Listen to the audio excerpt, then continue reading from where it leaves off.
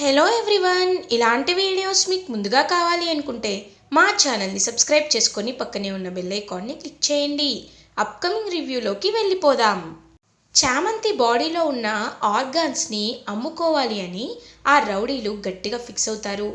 డాక్టర్తో మాట్లాడి ప్లాన్ అంతా సెట్ చేసి అంబులెన్స్లో చామంతిని హాస్పిటల్కి తీసుకువెళ్ళి చామంతి కిడ్నీ, కళ్ళు, హార్ట్, లివర్ ఇలాంటి ఆర్గన్స్ అన్నిటినీ తీసుకోవాలని డిసైడ్ అవుతారు. ప్రేమ్కి ఆ ప్లాన్ అనేది లీక్ అవుతుంది ఒక రౌడీ ద్వారా. సో వెంటనే పరుగున పాపం అంబులెన్స్ దగ్గరికి వెళ్తాడనమాట. అలా ప్రేమ్ ఆ అంబులెన్స్ని వెంటాడి వాళ్ళని గట్టిగా కొట్టి కొట్టి చామంతిని హాస్పిటల్కి తీసుకువెళ్తారు. అప్పటికే 2 డేస్ నుండి ఫుడ్, నిద్ర, వాటర్ ఏవి సరిగ్గా లేకపోవడంతో పాపం చామంతి బాగా డీహైడ్రేట్ అయిపోతుంది. చామంతిని హాస్పిటల్లో జాయిన్ చేస్తారు. అలా చామంతి స్పృహలో లేకుండా పడి ఉంటే పాపం ప్రేమ్ చామంతి దగ్గరికి వస్తారు. చామంతి వైపు చూస్తూ ఉంటే చామంతి మెడలో ఉన్న ఆ తాళి అనేది బయటికి వస్తుంది. ఒక్కసారిగా ప్రేమ్ ఆ తాళి వైపు చూస్తూ ఉంటారు. చామంతి స్పృహలో లేకుండా ఉంటుంది. చామంతితో, చామ్, నువ్వు నువ్వు నా తాళిని గౌరవించలేదని అనుకున్నాను. యాడ్ షూట్లో నీ మెల్లో నేను 3 ముళ్ళు వేసినా అది కేవలం నువ్వు తీసి వెళ్ళిపోయావు అనుకున్నాను. కానీ నువ్వు నువ్వు నన్ను భర్తగా అంగీకరించి నాపై గౌరవం ఉంచి నేను కట్టిన తాళిని నీ మెల్లోనే ఉంచుకున్నావు. ఇప్పుడు కూడా నువ్వు నా కోసమే పోరాడుతున్నావు. నిజంగా నాకు చాలా సంతోషంగా ఉంది చామ్. నువ్వు ఇలానే ఉండాలి చామ్. నేను నేను నిన్ను నా భార్యగా అంగీకరిస్తున్నాను. నువ్వు నన్ను నీ భర్తగా అంగీకరిస్తావా చామ్?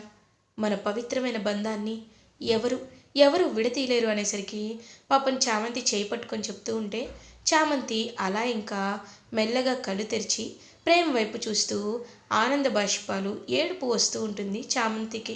వెంటనే ప్రేమ్ చామ్ కన్నీరు తుడిచి, చామ్, నువ్వేమీ బాధపడద్దు, నేనున్నాను కదా, నేను చూసుకుంటాను.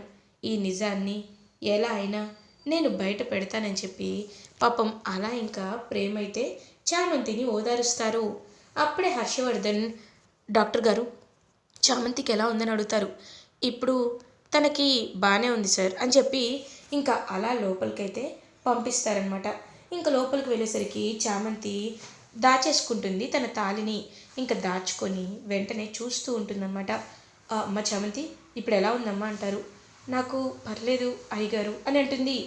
సరే, నిన్ను ఇంకొక కాసేపట్లో డిశ్చార్జ్ చేస్తామని కూడా చెప్పారమ్మా. కాబట్టి మనం డిశ్చార్జ్ అయ్యి ఇంటికి వెళ్దాం. నువ్వు మాత్రం చాలా అంటే చాలా జాగ్రత్తగా ఉండాలి. ఇదంతా ఎవరు చేస్తున్నారు, ఎందుకు చేస్తున్నారో కూడా నాకు అర్థం కావట్లేదమ్మా. కానీ వాళ్ళను మాత్రం నేను అస్సలు అస్సలు వదిలిపెట్టనమ్మా అని చెప్పి చాలా అంటే చాలా గట్టిగా ఫిక్స్ అవుతారనమాట హర్షవర్ధన్. ఇంకా అలా చామంతి, బాబు, యువరాణి బాబు, యువరాణి అని అడుగుతుంది. వెంటనే కావేరి అక్కడికి వస్తుంది. కావేరిని చూడగానే చాలా అంటే చాలా హ్యాపీగా ఫీల్ అవుతుంది చామంతి. బాబు, తనేనా యువరాణి అని అంటారు. అవును చామ్, తనే యువరాణి. నువ్వు నువ్వు తన గురించి ఎంతలా ఆవేదన పడుతున్నావో తెలుసు చామ్. ఆ విషయం తనకు చెప్పాను అనేసరికి చామంతి గారు, మీరేమీ కంగారు పడకండి. మనం అనుకున్నదే అంతా జరుగుతుంది. మీరు హ్యాపీగా ఉండండి. మీరు కోలుకున్న తర్వాత మీకు అన్ని విషయాలు వివరంగా చెప్తాను.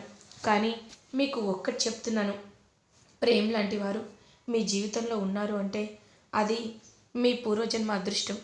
ప్రేమ్ అంత మంచివారు అని అంటుంది కావేరి. పాపం ప్రేమ్ వైపు చూస్తూ ఉంటుంది చామంతి. మీరు చెప్తుంది కరెక్ట్ కాదు, నేనే అదృష్టవంతుణ్ణి. చామ్ లాంటి ఒక మంచి అమ్మాయి దొరికింది అని పాపం అలా ప్రేమ్ అయితే చామ్ వైపు చూస్తూ ఉండిపోతాడు. ఇది ఇలా ఉండగా చామంతిని డిశ్చార్జ్ చేసి ఇంటికి తీసుకొని వెళ్తారు. ఇంకా అలా ఆ రౌడీల్ని కొడుతూ ఉంటుందన్నమాట రోజా. చ వెదవల్లారా, మిమ్మల్ని మిమ్మల్ని రెడీగా పెట్టుకొని నాది నాది నేనే గొయ్యి తీసుకున్నాను. మీ వల్ల ఎంత పెద్ద లాస్ వచ్చిందో తెలుసారా మాకు, ఛీ అని చెప్పి వాళ్ళని తిడుతూ ఉంటే అప్పుడే వెనక్కి తిరిగి చూసేసరికి అక్కడ చామంతిని డిశ్చార్జ్ చేసి తీసుకొస్తారు. రోజా చామంతి వచ్చి చూస్తూ, చామంతి ఏమైంది నీకు అని ఏమీ తెలియనట్టు అడుగుతుంది. ఇంకా అలా వెంటనే ప్రేమ్ అయితే ఏమీ మాట్లాడకుండా సైలెంట్గా ఉంటారు. ఇంకా అప్పుడే కరెక్ట్గా అలా చామంతిని రూమ్లోకి తీసుకువెళ్ళి నిద్రపుచ్చిన తర్వాత ప్రేమ్ బయటికి వస్తాడు. బయటికి వచ్చి రోజా వైపు చూస్తూ ఉంటారు. ఏంటి ప్రేమ్ అలా చూస్తున్నావు అని అడుగుతుంది. వదిన గారు, మీకు ఆస్తి అంటే ఆశ ఎక్కువ, యువరాణి పీఠం అంటే మక్కువ ఎక్కువ, కానీ ఒక మనిషి ప్రాణాన్ని కూడా తీయాలనుకుంటారా మీరు అని అడుగుతారు ప్రేమ్. ఒక్కసారిగా రోజా షాక్లో ఉండిపోతుంది. "ఆ, ఏం మాట్లాడుతున్నావు ప్రేమ్ నువ్వు? నాకేమీ అర్థం కావట్లేదు" అని అంటుంది. వదిన గారు, మీరు మీరు ఇంకా ఇంకా నా దగ్గర నిజాన్ని దాచాలని అనుకోవద్దు ప్లీజ్. నాకు చాలా బాధగా అనిపిస్తుంది. ఎందుకు అంటే మీరు చేసింది చాలా పెద్ద తప్పు. ఆ తప్పుని ఎలా సరిదిద్దుకోవాలో కూడా మీకు తెలియట్లేదు. చామ్ని కిడ్నాప్ చేయించింది మీరేనని నాకు అర్థమైపోయింది అని ఫ్లాష్ బ్యాక్లోకి వెళ్తారు. ఎప్పుడైతే ఆ రౌడీని ప్రేమ్ పట్టుకుంటాడో ఒక రౌడీని, ఆ రౌడీని పట్టుకోగానే ఇంకా వెంటనే తన పాకెట్లో ఒకటి దొరుకుతుందనమాట. దొరికేసరికి ఇంకా అలా అక్కడ రోజా నెంబర్ ఉంటుంది. అంటే రోజా వదిన నెంబర్ ఇక్కడ ఉందంటే ఖచ్చితంగా రోజా వదినకి వీరికి ఏదో సంబంధం ఉంది అని అర్థం చేసుకుంటారు. ఇంకా రోజా అంత ఇరిటేషన్ పడేసరికి రోజాని అని చెప్పి హ్యాపీగా అర్థం చేసుకుంటాడు ప్రేమ్. అర్థం చేసుకొని చాలా అంటే చాలా బాధపడతాడనమాట ప్రేమ్. మీరు ఇలా చేస్తారని నేను అస్సలు అనుకోలేదు.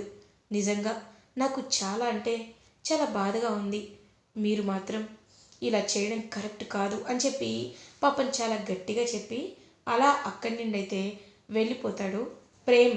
ఇంకా అలా చూస్తూ ఉంటుంది రోజా. వీడికి నిజం తెలిసినా నా గురించి బయట పెట్టలేదు, అమ్మయ్యా.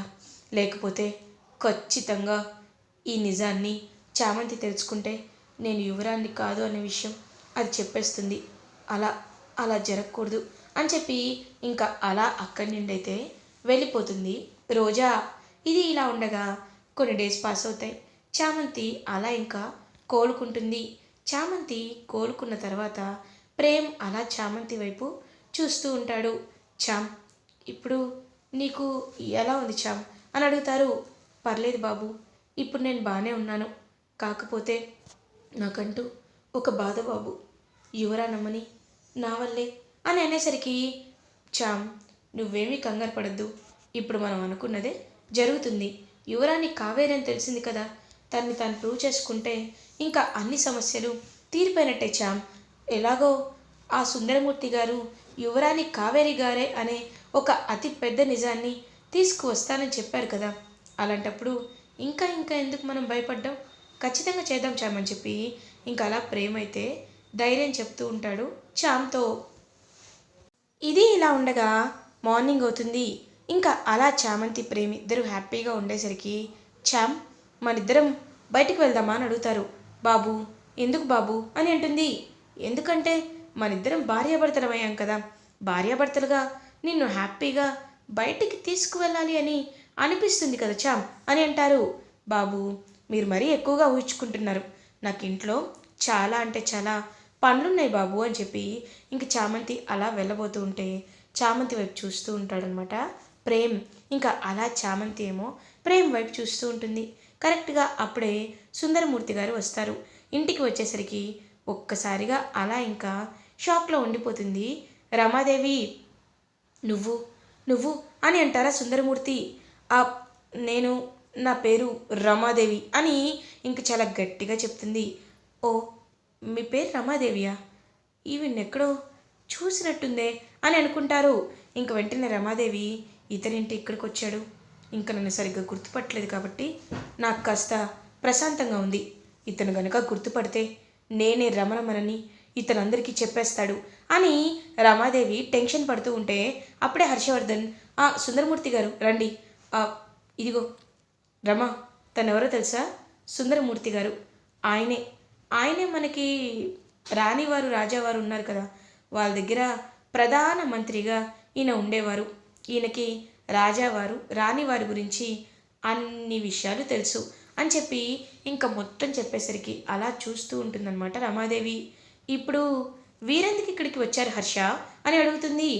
ఎందుకు వచ్చారు అంటే దానికి ఒక కారణం ఉంది.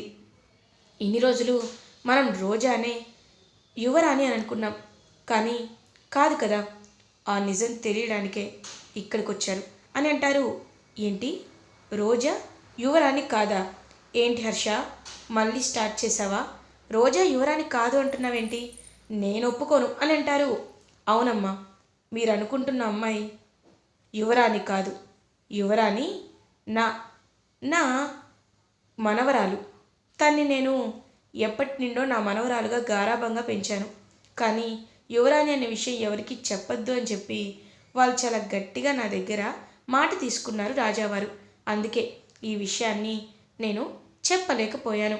ఇప్పుడు చెప్తున్నాను కదమ్మా అని చెప్పి ఇంకా అలా వెంటనే చెప్పడం అయితే స్టార్ట్ చేస్తారు. ఒక టైంలో యువరాణి తప్పిపోయింది. రాజావారి రాణివారి వాళ్ళ కూతురు, కుమారవర్మ కూతురు యువరాణి తప్పిపోయింది. ఆ యువరాణి ఎవరో తెలుసుకోవాలి అని చెప్పి ప్రయత్నిస్తూ ఉంటే యువరాణి ఒక చోట కనబడుతుంది. కానీ రాజావారు ఏమంటారంటే, ఇప్పటికే రాజమణిహారం వల్ల కుమారవర్మని కోల్పోయాం. ఇంకొక చావు నా ఇంట్లో నేను చూడాలి అని అనుకోవటం లేదు. కాబట్టి యువరాణి తన దగ్గర పెరగడమే కరెక్ట్. యువరానికి 21 ఏళ్ల వయసు వచ్చేంత వరకు తనకి ఎలాంటి సమస్యలు చిక్కుముడులు లేవు.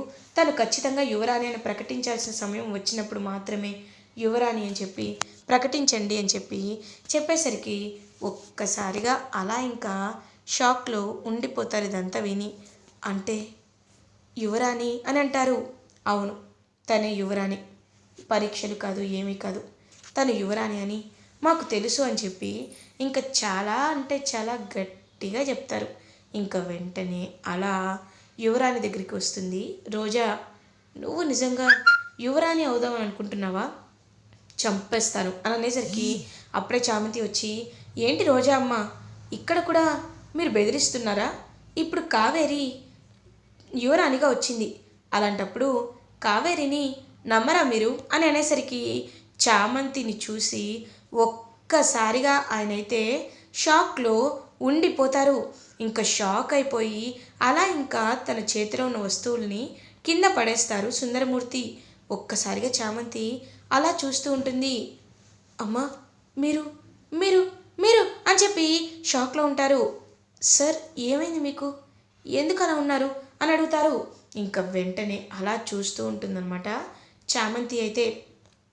చూడండి, మీకు నేను ఒక నిజం చెప్పాలి అని అనుకుంటున్నాను. అదేంటంటే ఈవిడ ఈవిడ మా మా యువరాణిలాగే ఉన్నారు అని అనేసరికి ఇంకా అలా షాక్లో ఉండిపోతారు. వెంటనే ఏంటి, యువరాణిలా ఉన్నారా? అసలు ఏం మాట్లాడుతున్నావో నాకేమీ అర్థం కావటం లేదని చెప్పి ఇంకా అలా షాక్లో ఉంటారు హర్షవర్ధన్. అవును బాబు, మా యువరాణమ్మ చూడ్డానికి ఇలాగే ఉంటారు. చామంతినే మా యువరాణి బాబు. నిజం చెప్పాలంటే నేను ఈ నిజాన్ని చాలా దగ్గరగా దాచిపెట్టాను. దానికి కారణం ఏంటో తెలుసా? దాయడానికి కారణం ఏంటో తెలుసా?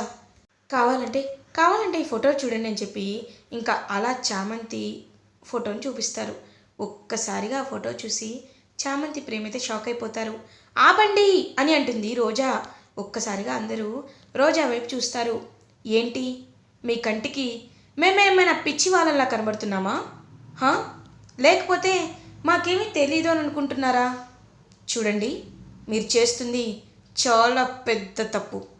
ఎందుకంటే ఈ చామంతిని ఏఐలో ఫేస్ మార్ఫింగ్ చేసి కొంచెం పెద్దవాళ్ళ తీసుకొచ్చి మా నాన్నగారి పక్కన నించో పెడితే తను నిజంగా చామంతి యువరాణి అయిపోదు కదా.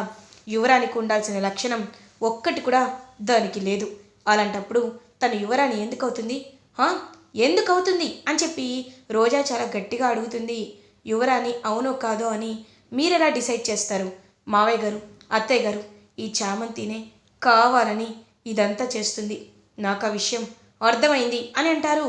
ఇంకా వెంటనే అలా చూస్తూ ఉంటాడనమాట హర్షవర్ధన్. చూడండి హర్షవర్ధన్ గారు, నేనేమీ కావాలని అబద్ధం చెప్పటం లేదు. ఈ అమ్మాయి విషయంలో అబద్ధం చెప్పాల్సినంత అవసరం నాకేముందో మీరే ఆలోచించండి అని అనుకుంటారు. ఇది నిజమా అబద్ధమా అని చెప్పడానికి ఒకే ఒక్క మనిషి ఉంటారు. ఆయన ఎవరో కాదు, రామచంద్రయ్య.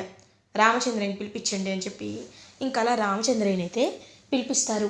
రామచంద్రయ్య బెయిల్పై పెరోల్పై బయటకు వస్తారనమాట ప్రేమ్ తీసుకురాగానే. ఇంకలా చామంతిని చూస్తూ సుందరమూర్తిని చూసి అయ్యా అని నమస్కారం పెడతారు. రామచంద్రయ్య, ఇప్పుడు నిజం నీ దగ్గర ఉంది.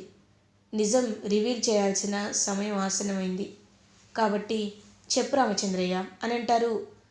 బాబు, కొల్హాపూర్ రాజసంస్థానానికి యువరాణి ఎవరో కాదు, ఇదిగో నా బిడ్డ చామంతి బాబు అని చెప్పేసరికి ఒక్కసారిగా అందరూ షాక్లో ఉండిపోతారు. ఇది ఎలా ఎలా అని అడిగేసరికి ఇంకా అలా చామంతి అయితే కనబడుతుంది. చామంతి పక్కనే ఉన్న రోజాని చూసి నువ్వు దుర్మార్గురాలివి, నీకు ఏం చేసినా పాపమే లేదు. నీ విషయంలో నేను నిన్ను కనే పాపం చేశాను. ఇది కావాలనిలా చెప్తుంది బాబు. చామంతినే యువరాణి, కావాలంటే నా దగ్గర చిన్నప్పటి ఫోటోలు కూడా ఉన్నాయని చెప్పి ఇంకా అలా చిన్నప్పటి ఫోటోలు కూడా చూపిస్తారు. ఒక్కసారిగా ఇంకా చామంతి అసలైన యువరాణి అని తెలుసుకొని అండ్ రోజా రామచంద్రయ్య కూతురు అని తెలుసుకొని షాక్లో ఉండిపోతారు ఫ్యామిలీ మెంబర్స్ అందరూ. ఇలా ఎపిసోడ్ ఎండ్ అవుతుంది. ఫర్దర్ ఎపిసోడ్ రివ్యూస్ ముందుగా మీకు కావాలి అనుకుంటే మా ఛానల్ని సబ్స్క్రైబ్ చేసుకోండి. Thanks for watching.